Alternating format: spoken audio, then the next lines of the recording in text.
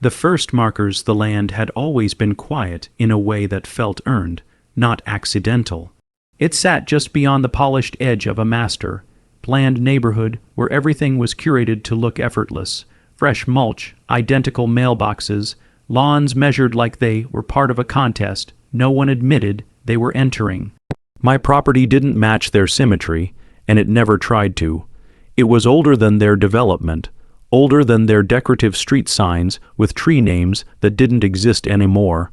My fence wasn't for aesthetics. It was for boundaries, the kind you respected because someone had the paperwork, the history, and the patience to defend it. For years, that was enough. I didn't attend their meetings. I didn't pay their dues. I didn't use their clubhouse, their pool, their manicured walking path that looped around like a track for people who wanted nature without the inconvenience of it. I lived on my side of the line and let them leave on theirs. I believed the law was the quietest, strongest fence there was. That belief lasted right up until the neighborhood ran out of room to expand. The first sign of trouble didn't come as a letter or a knock. It came as movement. One morning, the air carried a new sound across the back stretch of my property. Engines, metal, the unmistakable rhythm of machinery that thought it had permission. I walked out to a spot where my land dipped toward the tree line and saw the flash of orange stakes in the distance. Survey markers, fresh, bright, the kind of color meant to be seen and believed. They were planted too confidently, too neatly, as if someone had already decided the ground belonged to them. That wasn't an accident, that was a statement. I didn't panic. Panic is what people expect when they've decided you're powerless. I measured the distance, followed the line the stakes formed, and watched how it angled toward my fence like it was trying to rewrite it. Whoever had done it wasn't guessing. They were pushing. They had chosen a clean morning, a weekday, the exact time when most people were at work and less likely to make noise. That told me something important. This wasn't just a misunderstanding. This was a play. Back at the house, I pulled out the documents I kept the way other people kept family photos. Deeds, plats, surveys, tax receipts going back years. Even old correspondence from when the developer first started buying up surrounding parcels. I had learned early that land didn't stay yours because you loved it. It stayed yours because you could prove it, over and over, in ways that made lawyers lose interest quickly. My paperwork wasn't dramatic. It was devastating, but paperwork doesn't stop people who believe momentum is a weapon. The neighborhood HOA had grown in power as the development grew. People moved in for the community, but what they really bought was permission to control each other. It started small, like paint colors and trash can timing. Then it became flags, fences, approved plants, approved patio furniture. The board rotated through the same personality types, people who needed authority because they didn't have it anywhere else. They loved rules because rules gave them a reason to show up uninvited. And now, with the development nearing its limits, they needed something bigger than enforcement. They needed expansion. That meant land. That meant me. Their development backed up against my property in a way that made my acreage feel like an unfinished sentence to them. Every time their residents walked the perimeter trail, they saw my fence and imagined what it would look like without it. They wanted a shortcut. They wanted a park. They wanted an easement. They wanted the kind of community feature they could advertise to boost property values. And in their minds, the only thing standing in their way was an individual who wasn't part of their system. People like that don't just accept boundaries, they look for loopholes. Within a week, the first letter arrived, official, looking, overconfident, the kind of language that tried to sound neutral while still assuming the outcome. It referenced community access, historic use, and maintenance concerns. It suggested that an adjustment to the boundary line would benefit everyone. The wording was careful in the way bullies learn to be careful, never directly threatening, always implying that compliance was the reasonable option. It wasn't a request, it was a test. I read it twice, not for meaning, but for strategy. They were laying groundwork, planting a paper trail the way they'd planted those stakes. They wanted it to look like a long-standing dispute, like a shared problem, like something that could be resolved through mutual agreement. That phrase showed up twice, which told me they were already thinking about court. The next letter came faster. This one mentioned safety, liability.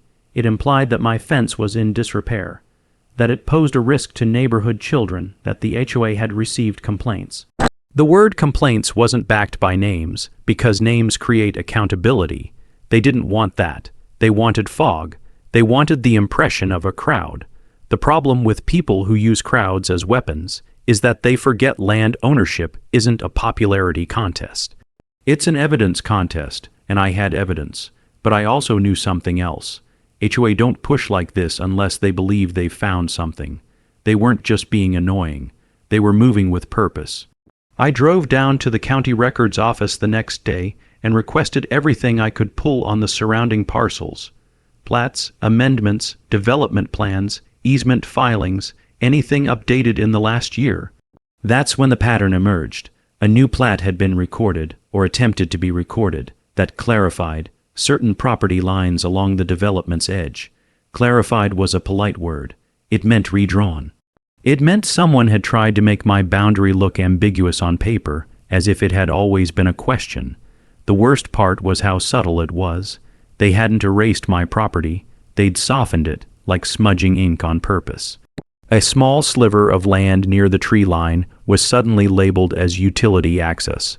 Another strip near the fence line was tagged with language that implied shared maintenance. Nothing outright claimed it belonged to them. It simply created the illusion that it wasn't fully mine. That's how hostile land grabs start in quiet places. Not with bulldozers, but with language. Once the illusion exists, they pressure you to accept it. Once you accept it, even informally, it becomes real. I went back to my truck with copies of the filings and felt something shift from irritation to focus. This wasn't a neighbor dispute. This was a campaign. The HOA board had either hired someone who knew how to play the system, or they had a board member with just enough legal knowledge to be dangerous. Either way, they had taken the first step towards something bigger, establishing control over land they didn't own by manufacturing doubt about ownership. That doubt was their entry point. It was the wedge they would hammer until the fence line became a suggestion instead of a fact. Over the next 2 weeks, the pressure escalated in predictable stages. More letters, a notice of violation that made no sense because I wasn't under their jurisdiction, a warning about unauthorized structures, meaning my fence, which predated their entire neighborhood. A statement about community compliance, as if my quiet life on my own land somehow threatened their fragile aesthetic. Then came the real move, a notice that the HOA intended to perform maintenance along the boundary for safety and access, scheduled on a specific date. That was the kind of language that translated into boots on the ground, trespass dressed up as community service. If they could get onto my land under the excuse of maintenance, they could do anything. They could move markers, they could cut fence sections, they could create evidence of shared use, they could stage an incident, and they could do it with a crew and a clipboard so it looked legitimate to anyone watching from a distance. I didn't respond with anger. I responded with preparation. I took new photos of every boundary marker and fence post. I hired an independent surveyor, not because I doubted my lines, but because I wanted a fresh, professional record with current timestamps and clear coordinates. I pulled my title insurance policy and reread the fine print. I checked state statutes on adverse possession, easements by prescription, and every ugly little doctrine that rewarded persistence over truth. And the deeper I dug, the clearer it became. This HOA wasn't trying to win a fair fight. They were trying to win by exhausting me, by burying me in paperwork, by pushing until I made a mistake out of fatigue. They assumed I'd cave because most people do. Most people don't have the time to fight. Most people don't know the system well enough to counterattack. Most people see an HOA letterhead and assume its authority. They were counting on most people. They didn't realize I wasn't most people. The day before their scheduled maintenance, I sat at my kitchen table with a legal pad and a county statute book beside my laptop. The sun had already dipped low enough to turn the window light orange, the kind of color that makes everything look calmer than it is. I wrote down what I knew, what they were trying, and what they would do next if I did nothing. Then I wrote down what I needed, a move that didn't just block them, but changed the game entirely. Something that didn't start a loud war, but ended their momentum overnight. Because momentum was their weapon, and momentum can be frozen if you know where to strike. There was one doctrine I kept coming back to, buried deep in state law and rarely used because most people didn't even know it existed. It wasn't flashy, it wasn't a lawsuit, it wasn't a public fight. It was the kind of legal maneuver that felt obscure on purpose, like it had been designed for situations exactly like this. It didn't argue with an HOA. It didn't negotiate. It didn't plead. It simply locked the door and made their authority meaningless until the courts caught up. By midnight, my plan was no longer an idea. It was a sequence, a chain of filings, notices, and recorded instruments that would turn their aggressive little maintenance day into a liability nightmare. And if I timed it right, they wouldn't even know what had happened until they tried to step onto my land and found the system they relied on suddenly working against them. I set the pen down and looked at the calendar on the wall. Their scheduled date was circled in red on the notice they'd mailed, like they thought they were marking territory. I circled it again, not because I was intimidated, but because I was about to turn their chosen day into the moment their board learned a painful lesson. Land doesn't get seized by confidence. It gets defended by preparation. And the law, when you use it correctly, is the strongest lock in the world. The next morning would be the start of that lock clicking into place, and by the time the HOA realized what I'd done, their authority would already be frozen. The quiet filing the morning of the filing didn't feel dramatic, and that was exactly why it worked. Drama draws attention. Attention gives people time to react. What I needed was silence, precision, and speed. I woke before sunrise, not because I was anxious, but because the system rewards those who move first and early. The kitchen was still dark when I poured coffee and opened my laptop, the screen glow reflecting off stacks of paper that had already been sorted and labeled the night before. Every document had a purpose.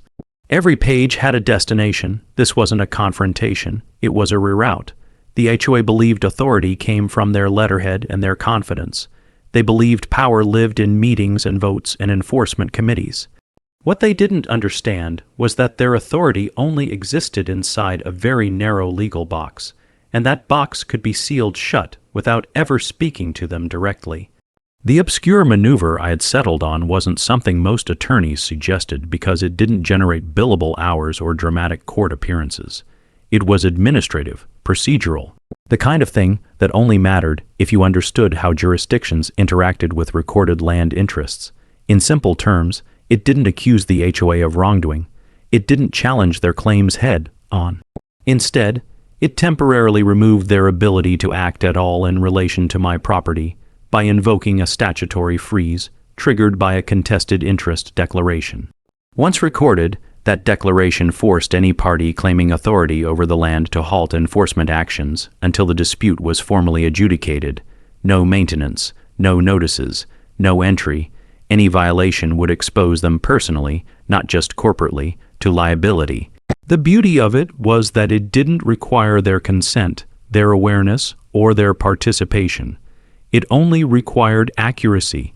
I reviewed the declaration one last time, checking the parcel numbers against the county records, verifying coordinates down to the decimal, making sure the language mirrored the statute exactly. There was no room for interpretation. The law doesn't care how confident you sound if your paperwork is sloppy. At 8 sharp, I drove to the county clerk's office. It was the same building where developers and investors filed documents every day, a place where land quietly changed hands without anyone raising their voice. The clerk didn't know me, and I didn't need them to. I slid the packet across the counter with the calm certainty of someone who understood what they were filing. There were no questions, no raised eyebrows. Just stamps, signatures, and the dull thud of authority being recorded into the system. When I walked out, the declaration was official. It didn't feel like victory yet. It felt like locking a door and hearing the bolt slide into place. On the drive home, I passed the edge of the development and noticed movement near the boundary. A truck idled where the dirt road met the paved entrance. Two people inside wearing branded shirts with the HOA logo. They weren't on my land yet, but they were close enough to make the intention obvious. They thought today belonged to them. That assumption was about to become very expensive. By the time I pulled into my driveway, the filing had already propagated through the county's system. Title databases updated quickly when something flagged a contested interest. Anyone who pulled the parcel information would see it immediately. Lenders, insurers, attorneys, and most importantly, anyone who tried to justify action on the land would see a bright legal warning telling them to stop. I didn't call the HOA. I didn't send an email. I let the system do what it was designed to do: slow down people who tried to move fast where they shouldn't. Mid-morning, my phone buzzed for the first time. An unfamiliar number. I let it go to voicemail, then another, then a third. The pattern was clear even without listening. Confusion had begun. The HOA had likely run a routine check before starting their maintenance and hit the freeze. Somewhere, a board member or property manager was staring at a screen trying to understand why their authority had suddenly evaporated. The declaration didn't accuse them directly, but it implicated them by implication. If they believed they had a right to act, they now had to prove it in court before doing anything else. That requirement changed everything. HOA thrive on momentum and intimidation, not litigation. Litigation costs money, exposes internal decisions, and forces accountability. The calls kept coming, escalating from polite confusion to frustrated urgency. I listened to one voicemail later, just to confirm my suspicion. It was full of vague language about a clerical issue, and needing to clarify something quickly. That tone told me they hadn't anticipated resistance like this. They expected a back and forth, maybe a negotiation. They hadn't expected the door to be locked without a conversation. By early afternoon, the truck at the boundary was gone. No cones, no tools, no crew. The land was quiet again, but the silence felt different. It wasn't just absence of noise. It was absence of intrusion. I walked the fence line, noting how untouched everything remained. Stakes they'd planted were still there, but now they looked less like claims and more like evidence. Evidence of intent, evidence that would matter later. The HOA board convened an emergency meeting that evening. I didn't attend, but I knew it was happening. Their bylaws required it when enforcement actions were interrupted unexpectedly. They would be scrambling, flipping through documents they hadn't read carefully before, trying to understand how one homeowner outside their association had managed to stop them cold. Some of them would be angry, some embarrassed, a few would be scared. Fear was the most useful reaction because fear made people cautious, and cautious boards don't trespass. Over the next few days, the letters stopped. The notices vanished. The tone shifted entirely.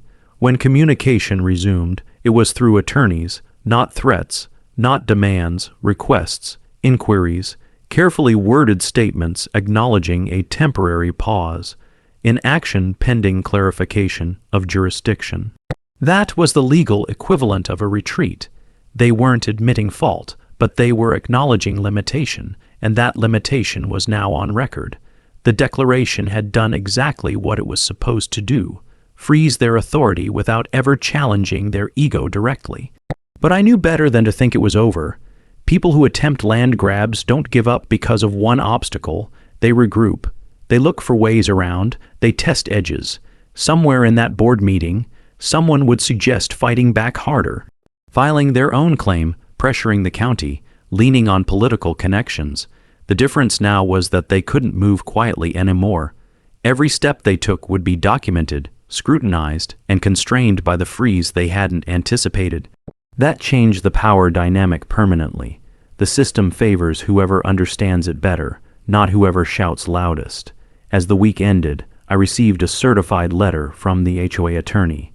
It acknowledged the declaration, reserved their rights, and requested a meeting to discuss resolution.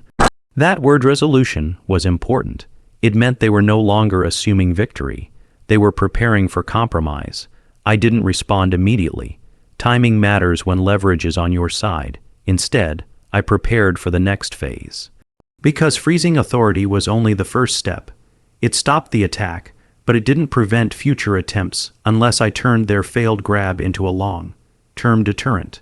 That meant using their own actions against them in a way that made my land untouchable going forward. The declaration had bought me time. Now I needed to use that time to transform defense into dominance, not through confrontation, but through structure. Because the most effective way to keep someone from trying again is to make the cost of trying unbearable. And I already knew where that cost would come from. The next chapter wouldn't be about stopping the HOA. It would be about redefining the relationship between my land and their entire development in a way they could never undo. Turning their momentum against them, the freeze changed the atmosphere immediately, even if nothing visible happened on the land itself.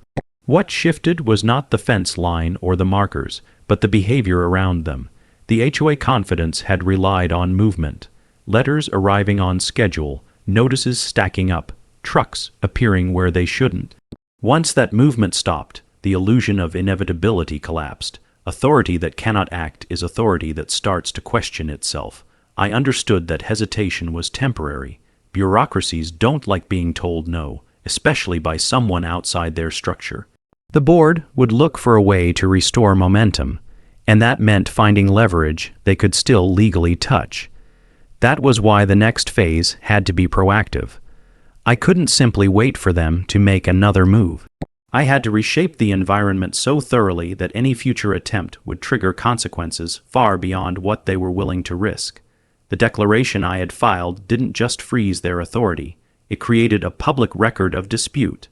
That record was now attached to every parcel of land that even hinted at overlapping interest. Developers, lenders, insurers, and title companies treat disputed land like a live wire.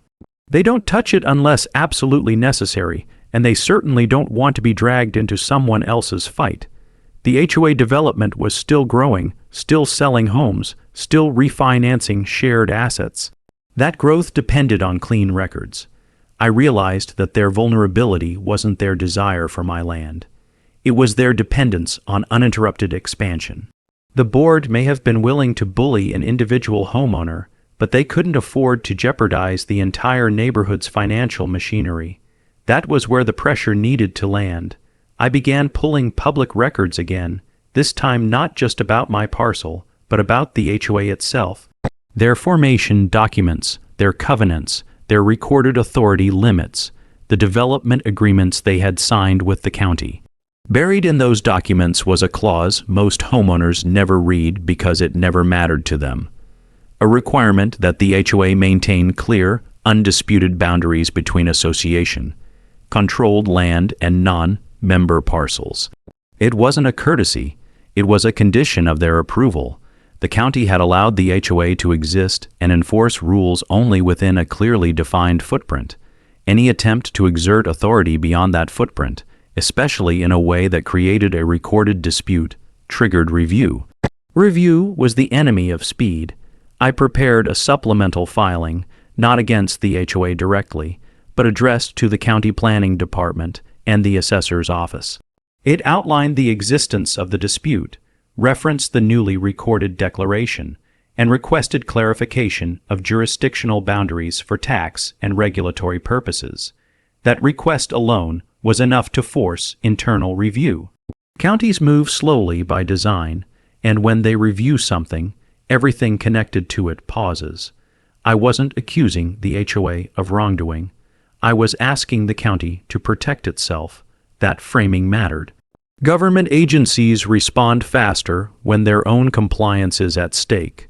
Within days, the county acknowledged receipt and flagged the HOA development file for boundary verification.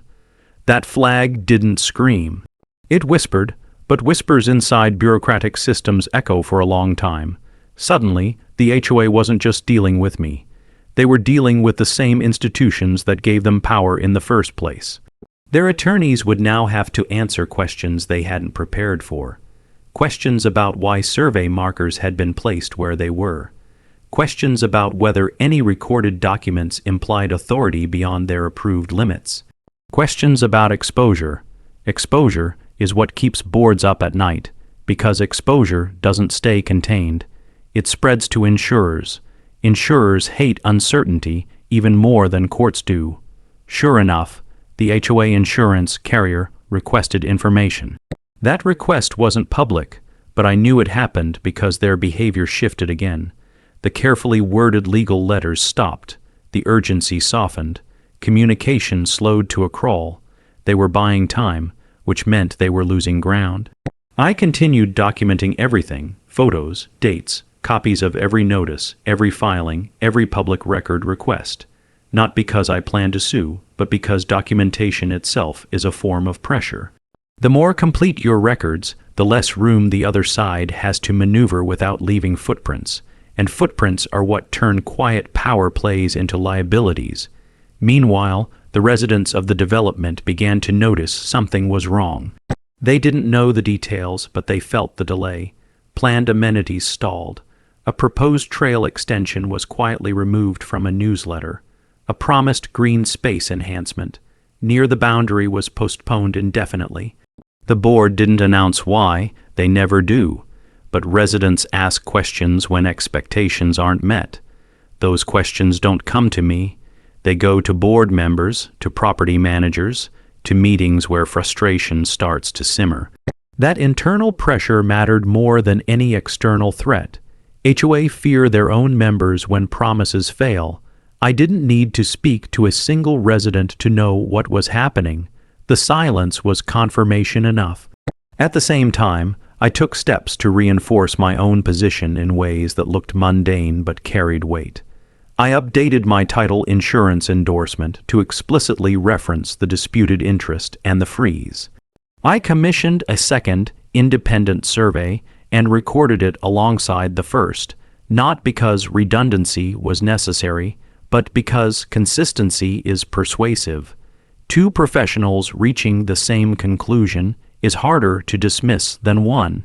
I also adjusted my property tax filings to include a formal statement of boundary affirmation, which the assessor recorded without comment. That affirmation further cemented my claim in a system that values repetition. Every office that touched my land now had a consistent narrative: clear ownership, active dispute, halted third party authority. The HOA narrative, by contrast, was unraveling. They had tried to move quietly and quickly. I had forced them into visibility and delay. Visibility creates accountability. Delay creates cost. Together, they form deterrence. Still, I knew deterrence only works if it feels permanent. Temporary obstacles invite future attempts. So I looked for a structural solution, something that would exist independent of personalities and board elections. That solution came in the form of a conservation designation available under state law for privately owned land with specific characteristics. My property qualified. The designation didn't remove my ownership or restrict my use in any meaningful way, but it did impose strict limitations on adjacent entities' ability to alter access, boundaries, or environmental features without state-level approval. Approval that took years, not weeks. I began the application process quietly, submitting studies, maps, and historical records that showed the land's long-standing use and significance. The state acknowledged the application and issued a preliminary notice of consideration. That notice alone added another layer of oversight. Now, any attempt by the HOA to assert control would potentially conflict not just with county records, but with state interests. Each additional layer made the land less attractive as a target. That was the goal, not to fight them forever, but to make the fight irrational. By the end of the month, the HOA board was boxed in from all sides. They couldn't act without violating the freeze. They couldn't push the county without drawing scrutiny. They couldn't reassure residents without explaining delays they didn't want to admit were self-inflicted. And they couldn't wait indefinitely without risking internal revolt. I hadn't raised my voice once. I hadn't attended a meeting. I hadn't argued. I had simply let systems interact in ways that favored preparation over aggression. The land remained quiet, but now it was quiet in a way that felt settled, not threatened. I knew the board would eventually reach out again.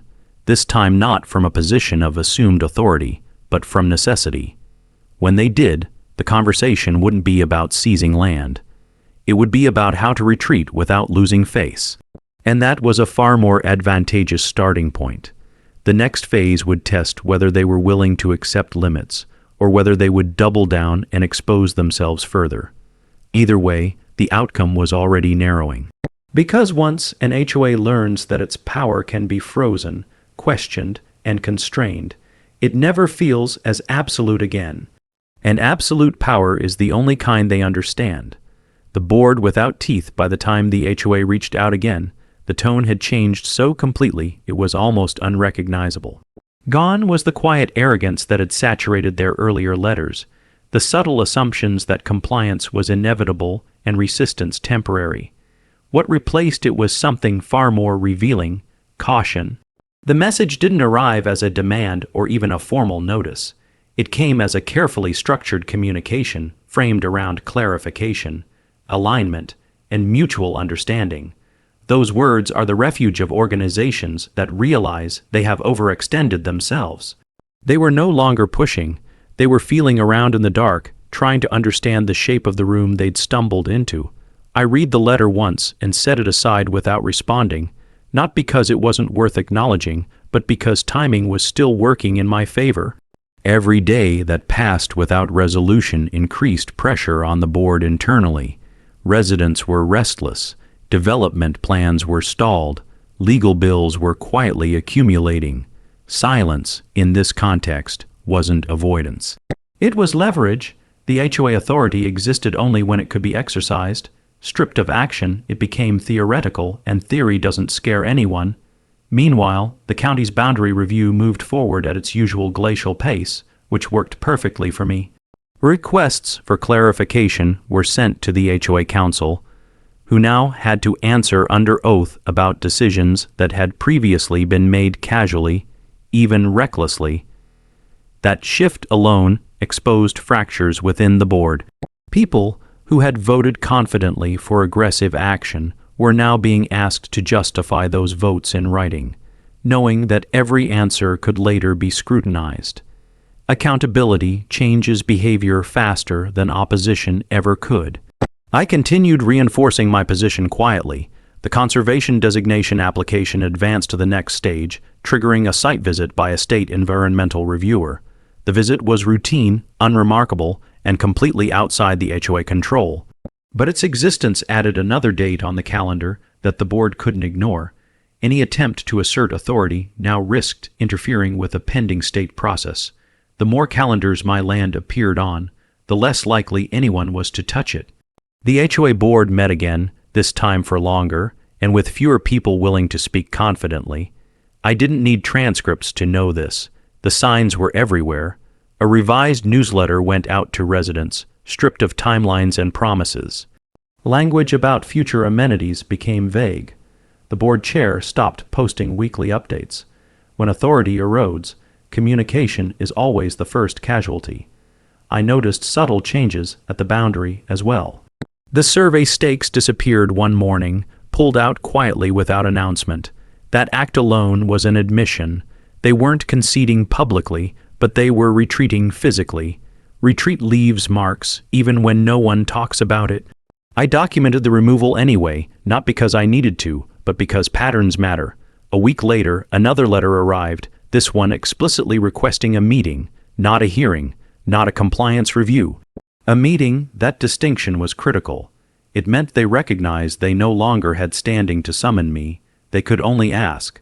I considered the request carefully, not in terms of whether to accept, but when. Accepting too early would signal eagerness. Declining outright would force them to escalate in ways that might disrupt the delicate balance I'd created.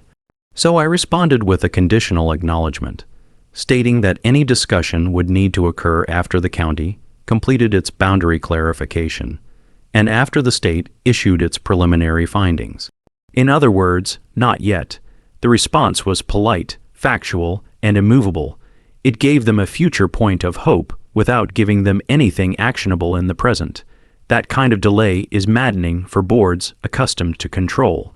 Inside the HOA, The mood shifted from frustration to something closer to fear. Insurance inquiries expanded. Questions were raised about directors' liability. Someone inevitably asked whether the attempted boundary action had been properly authorized under the covenants. That question alone was enough to fracture unity, because if the answer was no, responsibility wouldn't fall on the HOA as an abstract entity. It would fall on individuals with homes, assets, and reputations. Power collapses quickly when personal risk enters the equation. I stayed invisible throughout all of it. No signs, no statements, no presence at meetings. The absence itself became unsettling. They couldn't argue with me, pressure me, or intimidate me because there was nothing to confront. Just paperwork, statutes, and external oversight moving slowly but relentlessly. The land, meanwhile, continued to exist exactly as it always had. Trees grew, the fence held, nothing changed except the understanding around it. By the end of the quarter, the county issued a preliminary boundary affirmation that aligned entirely with my recorded surveys. It wasn't a final ruling, but it didn't need to be. It was enough to confirm that the HOA asserted interests were unsupported. That document circulated quickly through legal channels, and with it came a noticeable shift. The HOA attorney changed. The board chair resigned citing personal reasons. Committees were reorganized. These weren't random events. They were symptoms of an organization trying to survive its own miscalculation. When the state followed up with a notice extending consideration of the conservation designation, the message was clear even without words. The land was no longer a soft target. It was layered, monitored, and inconvenient. The HOA authority hadn't just been frozen. It had been exposed as fragile, contingent, and dependent on systems it didn't control. Eventually, a final letter arrived. This one didn't ask for meetings or clarification. It simply stated that the HOA had no present intention of asserting authority over my property and acknowledged the boundaries as recorded. It wasn't an apology. It wasn't an admission, but it was a retreat, formalized in writing. I filed it away with the rest of the documents, knowing its value lay not in what it said, but in the fact that it existed at all. The board had learned its lesson, even if it would never admit it publicly. Authority, once challenged successfully, never fully recovers. The lock I had placed on their power wasn't loud or dramatic, but it was effective. And as the land settled back into its familiar quiet, I knew this chapter wasn't about victory so much as transformation. The HOA would move forward differently now, more cautious, more constrained, more aware of the limits they had tried to ignore. And while the conflict had cooled, the story wasn't finished yet, because the consequences of a failed land grab don't end when the grab stops. They ripple outward, reshaping behavior long after the paperwork is filed. The cost of overreach, the aftermath of the HOA retreat, didn't arrive with celebration or acknowledgement. It arrived with silence, and beneath that silence, recalculation. Organizations don't simply move on from a failed power play, especially one that exposes their limits. They absorb it, dissect it, and quietly adjust their behavior to avoid repeating the same mistake. But adjustment doesn't erase consequences. It just delays them. The board's written acknowledgement that it had no present intention to assert authority over my land became a quiet liability the moment it was recorded. That sentence alone created a reference point that future boards would be bound to consider. Every time a new member joined, every time a resident raised a question about expansion or amenities near the boundary, that letter would resurface. It would never be forgotten, even if no one spoke about it openly. Power, once forced to retreat, leaves behind a memory. That memory shapes every decision that follows. The development felt different in subtle ways. Meetings grew shorter, agendas became narrower. The grand language about community growth and shared vision gave way to cautious phrasing focused on maintenance and compliance. The board had learned, the hard way, that ambition carried risk. And risk was something they could no longer pretend didn't exist. Residents noticed, when people buy into an HOA, they expect predictability. They expect the board to manage things smoothly, to deliver what's promised. Delays and quiet reversals undermined that trust. Questions began circulating, not publicly, but in private conversations and emails. Why had the trail expansion been canceled? Why was the green space near the boundary suddenly off limits? Why had legal expenses increased without explanation?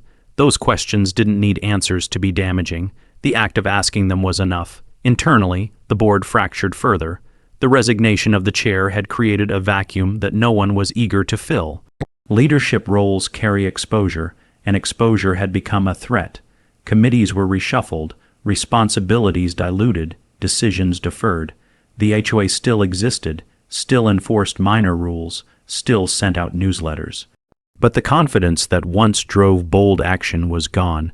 What remained was caution bordering on paralysis. I stayed out of view, not because the conflict was over, but because visibility was no longer necessary. My role had shifted from active defense to passive presence. The systems I'd engaged continued to work on their own, reinforcing boundaries without my involvement. The conservation designation process advanced steadily, each step adding another layer of permanence. When the state issued a provisional approval, it didn't make headlines, but it did something far more effective. It codified restraint. Adjacent entities were now formally notified of limitations. The HOA received that notification like everyone else. No exceptions, no special consideration. That equality undercut the very idea that they were entitled to special access. I noticed changes in how contractors behaved near the boundary. Where there had once been casual encroachment, equipment parked too close, debris piled just over the line, there was now a visible buffer. Crews kept their distance. Fences were respected. The land had become something people were careful around. That kind of caution doesn't come from respect alone. It comes from awareness of consequences. The board, for its part, began focusing inward. Enforcement ramped up in areas that felt safer. Paint colors, parking rules, minor violations. When organizations lose one form of control, they often compensate by tightening another. But even that had limits. Residents pushed back more now, emboldened by the knowledge that the board wasn't infallible. Small disputes escalated into formal complaints. Appeals increased. Meetings grew tense. The board had won battles in the past by projecting certainty. Without that certainty, every decision became negotiable. I continued documenting, not because I expected another direct challenge, but because documentation is insurance against memory loss. Boards change. People forget. Paper does not. Every retreat, every acknowledgement, every notice mattered. They formed a narrative that couldn't be rewritten easily, and narratives in legal and bureaucratic systems are powerful things. They define what is considered reasonable. As months passed, the HOA legal bills became a topic of concern among residents. While the board never disclosed specifics, the numbers appeared in budget summaries, stripped of context but heavy enough to raise eyebrows. Legal expenses without visible outcomes breed suspicion. Suspicion erodes cohesion. Cohesion is the foundation of enforcement. Without it, authority becomes fragmented. I saw the ripple effects even beyond the HOA. Nearby developments, watching from a distance, adjusted their own plans. Boundaries were double-checked, easements reviewed. No one wanted to be the next cautionary tale. That was perhaps the most lasting impact of the conflict. It wasn't just about my land anymore. It was about the message it sent, that quiet, well-prepared resistance could stop even the most confident overreach. The HOA eventually issued a revised long-term plan that conspicuously avoided any mention of expansion near my property. The land that had once been eyed as an opportunity was now treated like a fixed edge, a limit not worth testing. That shift was subtle, but it was final. Limits, once acknowledged, rarely get challenged again without new leadership and new risk tolerance. And even then, the paper trail remains. The irony of it all wasn't lost on me. The HOA had tried to seize land to strengthen its authority, to add value and control. Instead, it had weakened itself, exposing the fragility of power built on assumption rather than law. The cost of that overreach wasn't measured in acres gained or lost, but in trust, cohesion, and confidence. Those losses are harder to quantify, but far more damaging in the long run. As the year turned, the land remained unchanged, but the environment around it had been reshaped. The lock I'd placed on their authority hadn't just stopped one action. It had altered behavior permanently, and while the conflict had cooled into something resembling normalcy, I knew that stories like this don't truly end. They settle, they become reference points, lessons, warnings. The HOA would move forward, but it would do so with a scar, a memory of a time when its power was tested and found wanting. And that memory would shape every decision it made near my land from that moment on. The long memory of paper, the months that followed, didn't bring new threats or sudden escalations. Instead, they revealed something far more enduring, the way institutions remember embarrassment. Power doesn't forget the moments when it was checked, especially when that check came quietly and without spectacle. The HOA resumed its routines, held meetings, enforced minor rules, and sent out reminders like nothing extraordinary had happened. But beneath that surface normalcy, the board operated differently now. Every action near the boundary was weighed, reconsidered, and often abandoned before it ever reached paper. The land had become a reminder, a silent constraint that required no active enforcement on my part. That was the real victory. I continued living the same way I always had, but I noticed how often others adjusted around me. Contractors paused before stepping too close. Surveyors double-checked coordinates. Even casual walkers along the development's perimeter kept their distance, instinctively sensing that this was not an area open to interpretation. The conservation designation reached its final stage, and when approval came through, it did so with language that left no room for ambiguity. The land was recognized, protected, and formally described in a way that locked its boundaries into multiple layers of oversight. That designation didn't make headlines, but it made future disputes unattractive. Anyone considering a challenge would now have to navigate not just local records, but state-level processes designed to move slowly and demand justification. Slow systems discourage impulsive power plays. The HOA acknowledged the designation in a brief internal memo, careful not to frame it as a loss. They presented it to residents as an external decision, something beyond their control. That framing was intentional. Admitting defeat would invite scrutiny. Claiming inevitability preserved dignity, but dignity doesn't restore authority. The board's caution deepened. Decisions that once took weeks now took months. Proposals were deferred. Committees requested legal opinions for matters that previously would have been decided informally. That hesitation spread like a quiet contagion. When leadership doubts itself, it teaches others to do the same. I watched as new board members joined with less enthusiasm and more apprehension. They asked questions about liability. They requested background briefings on past disputes. They read documents that previous boards had ignored. The memory of the failed land grab had become institutional knowledge, passed down not as a story, but as a warning embedded in procedure. That is how power truly changes, not through confrontation, but through process. I kept my own records updated, even as the need for vigilance diminished. The declaration remained on file. The surveys stayed current. The correspondence was archived, not because I expected another attempt, but because preparedness is easiest to maintain when nothing is happening. Waiting until conflict returns is how people lose ground. I understood that boards change, personalities rotate, and time erodes context. What doesn't erode is a well-maintained paper trail. That trail was my insurance against the future. Occasionally, I heard second-hand rumors. A resident questioning why the HOA couldn't just negotiate access. A committee member wondering aloud if the boundary issue could be revisited under new leadership. Those thoughts never made it past speculation. They died quietly, smothered by the weight of documented reality. Someone would always pull the file, point to the freeze, the county affirmation, the state designation, and the conversation would end. That was the lock at work, still holding, still effective, long after the key had been turned. The land itself became a kind of neutral zone, respected not out of goodwill, but out of caution. That distinction mattered. Goodwill fades, caution persists. I realized then that the HOA hadn't simply lost a dispute. It had learned a lesson it couldn't unlearn, that its authority was conditional. Conditional authority behaves differently. It avoids edges, it stays within lines, it hesitates before assuming. That hesitation was visible in everything they did near the boundary, and eventually in everything they did at all.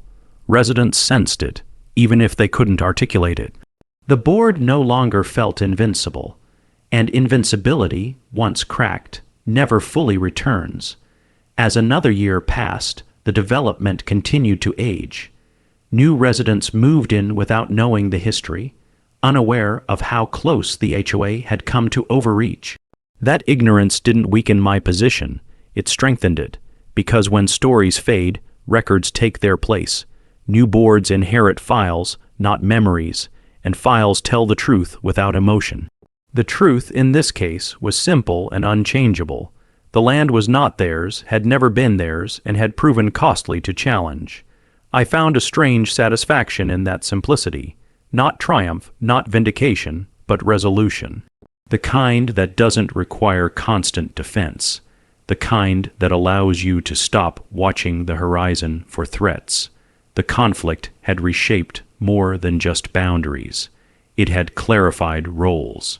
The HOA returned to what it was meant to be, a manager of internal rules, not a conqueror of external land. I returned to what I had always been, an owner who understood that rights are strongest when exercised quietly and backed by preparation. Looking back, I recognized that the most dangerous moment hadn't been when the stakes appeared or the letters arrived. It had been the moment when the HOA believed no one would stop them. That belief had driven everything that followed. Breaking it had required patience, knowledge, and restraint. Not anger, not confrontation. Just the willingness to let systems do what they were designed to do when used correctly. The land remained unchanged, but the space around it felt more secure than ever. Not because threats no longer existed, but because the response to them had been proven.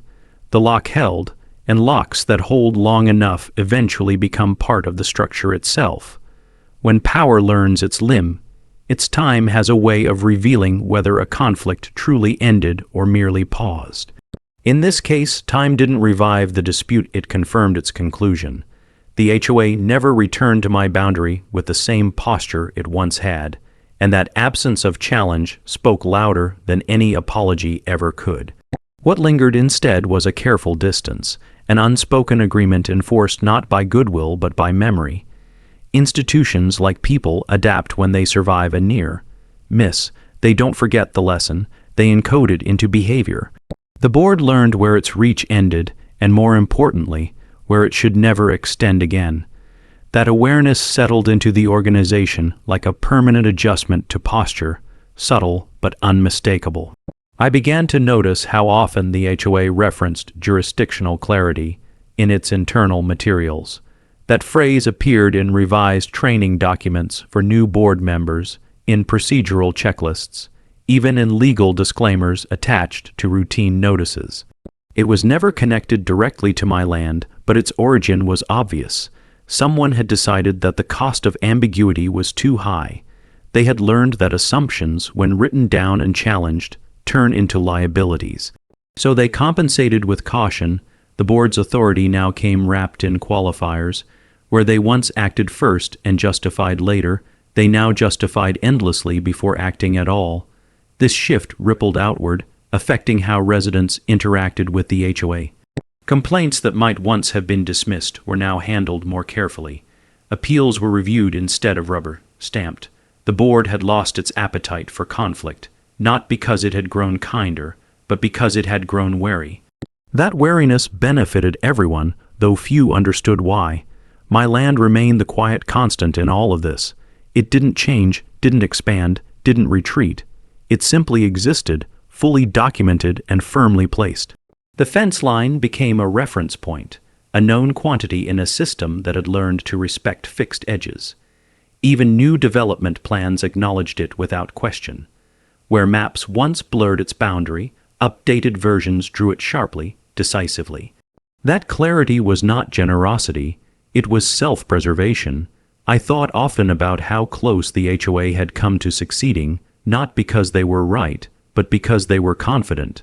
Confidence, when unchecked, becomes momentum. Momentum convinces people that resistance is futile, that compliance is easier than confrontation. breaking that momentum had been the most important step, and it hadn't required force. It had required interruption. Once interrupted, the illusion shattered. Power without inevitability is just noise. Occasionally, I encountered board members in passing, at a distance, never in conversation. There was no hostility in those encounters, but there was recognition. Not personal recognition, but situational awareness. They knew what the land represented now, not an opportunity, but a boundary that had asserted itself. That understanding kept interactions polite and distant. No one wanted to reopen a file that had already proven dangerous. The HOA Legal Counsel changed again, another quiet sign of internal recalibration. Each new attorney inherited the same set of documents, the same recorded history, the same warnings. None of them suggested revisiting the issue. Legal professionals are trained to assess risk, and this file was heavy with it. The lesson had been learned not just by the board, but by the professionals who advised them. That mattered. Advice shapes action. I reflected on how different the outcome might have been if I had responded emotionally instead of strategically. Anger would have escalated things, drawn attention, invited confrontation. Instead, restraint had forced the HOA to confront itself. They had been compelled to examine their authority, their processes, and their assumptions. In doing so, they discovered limits they hadn't believed applied to them. That discovery changed everything. The land no longer felt like something I had to defend actively. It felt anchored, integrated into a system that now recognized its permanence. That recognition didn't come from respect or agreement. It came from cost-benefit analysis. The HOA had calculated the cost of pushing again and found it unacceptable.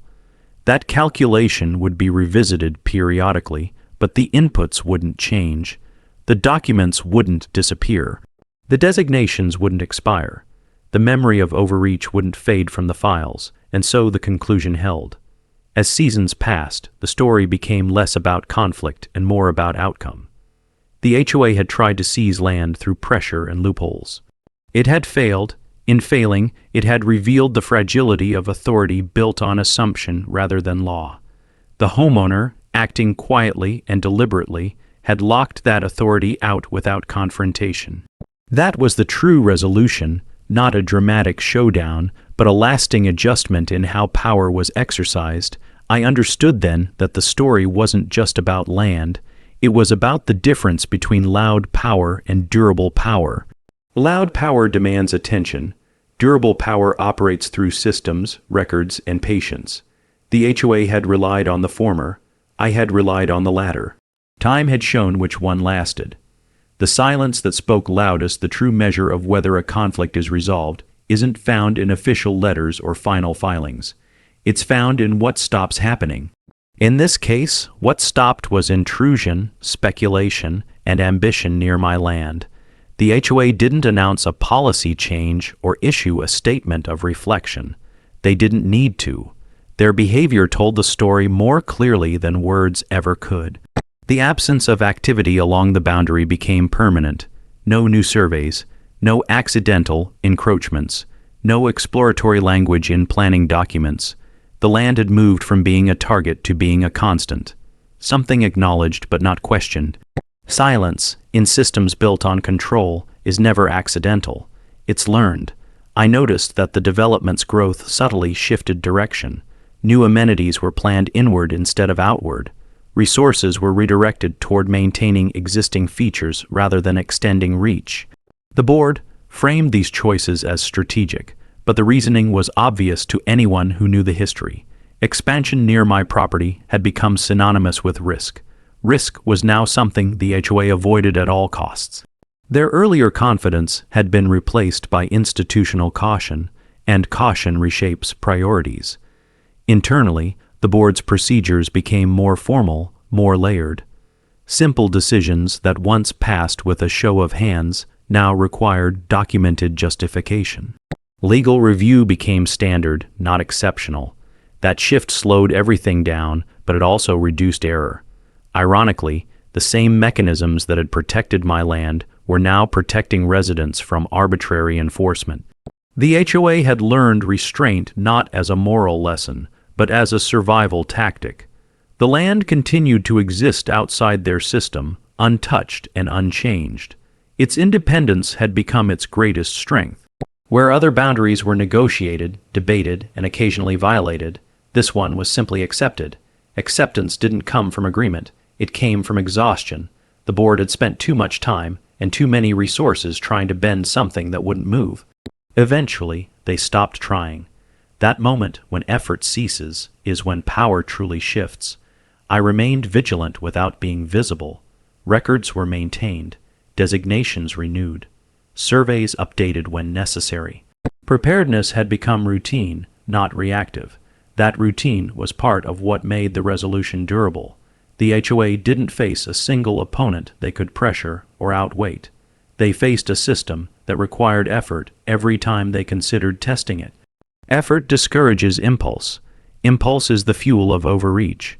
Residents, unaware of the full history, benefited from the outcome in ways they never connected to my land. Enforcement became more predictable. Decisions became more transparent. Appeals were treated with seriousness. The board's fear of exposure had improved governance. That irony wasn't lost on me. The HOA attempt to seize land had ultimately constrained its own behavior more than mine. It had built a cage for itself out of caution and documentation. As time went on, the story faded from conversation, but not from structure. New board members were trained differently. New council reviewed files with greater skepticism. The idea that the HOA could act first and justify later was gone. That belief had been replaced by a new understanding. Authority exists only within defined limits, and crossing those limits carries consequences that linger long after the immediate conflict ends. The silence around my land wasn't empty, it was full of meaning. It represented a collective decision made quietly and reinforced daily to leave well enough alone. That decision wasn't generous or enlightened. It was practical.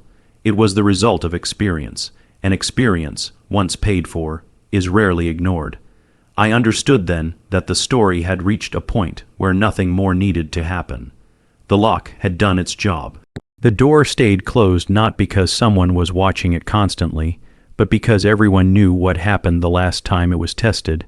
That kind of resolution doesn't announce itself. It settles in, becomes normal, and eventually fades into the background as part of the landscape. The land remained mine, not because I defended it loudly, but because I defended it correctly. And in the quiet that followed, that correctness proved stronger than any assertion of power the HOA had ever made. The lesson that outlived the conflict long after the paperwork stopped moving and the meetings stopped circling my land. The effects of what happened continued to surface in ways that were impossible to ignore. The HOA never returned with new arguments or revised strategies, but the memory of the failure lived on in subtle decisions and quiet hesitations. That kind of memory doesn't announce itself. It embeds, it becomes part of how people think without realizing why. The board no longer spoke in absolutes. Where they once framed plans as inevitable, they now framed them as conditional. That shift mattered. Conditional thinking acknowledges limits. Limits acknowledge vulnerability, and vulnerability changes how power behaves. I saw it in the way proposals were written, always careful to define scope and jurisdiction. I saw it in how consultants were instructed, told explicitly where their work stopped. I saw it in how legal opinions were sought earlier, more often, and with more deference than before. The HOA had learned that certainty was expensive when it was wrong. That lesson would outlast every individual board member involved in the original attempt. The land itself became an unspoken reference point in internal discussions, not named, not highlighted, but present.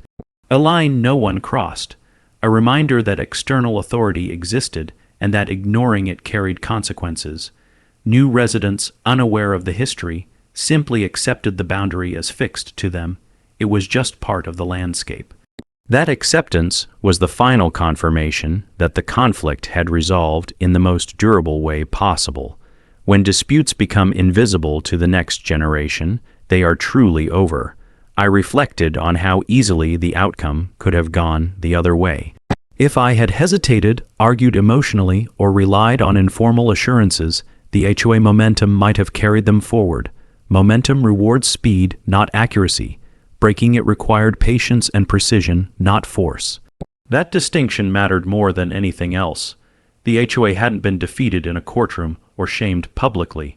It had been slowed, examined, and constrained until it stopped pushing. That kind of resolution doesn't produce headlines, but it produces stability. Stability is what land ownership is supposed to feel like. Over time, the board's reputation changed among residents. It became known as cautious, procedural, even rigid. Some complained about the slowness. Others appreciated the predictability. Either way, the days of aggressive expansion and unchecked enforcement were gone. The HOA had been reshaped by its own miscalculation. That reshaping was the real consequence of the attempted land grab. Not loss of land, but loss of confidence. Confidence, once shaken, is never fully restored. I understood then that the story wasn't about winning or losing in the traditional sense. It was about who understood the system better. The HOA had believed power came from authority granted by documents they rarely read closely. I had believed power came from understanding how those documents interacted with larger systems. Time proved which belief was correct. The land remained unchanged, but the environment around it was permanently altered. The attempted seizure had failed, but it had succeeded in teaching a lesson that would ripple outward indefinitely. Anyone who tried something similar in the future would inherit that lesson, even if they didn't know its origin. The lock I had placed wasn't just on a door. It was on an idea. That authority could be asserted without consequence. That idea was gone now, and without it, the HOA would never move the same way again. Locked for good in the end, nothing dramatic marked the conclusion of the conflict. There was no final meeting, no public acknowledgement, no moment where one side declared victory and the other conceded defeat. Instead, there was permanence, the kind that settles quietly and reshapes behavior so thoroughly that it feels as though things had always been this way. The HOA never attempted to revisit my land, not because it couldn't imagine doing so, but because it now understood the cost of imagining it too seriously. That understanding was the lock, and it held. What remained was a landscape defined not by conflict, but by clarity. The boundaries were fixed, recorded, and respected across every system that mattered. County records, state designations, insurance files, legal opinions, all aligned around a single, consistent truth. The land belonged where it always had. There was no ambiguity left to exploit, no gap wide enough for assumption to slip through. That alignment was the true resolution, achieved not through confrontation, but through deliberate, methodical action.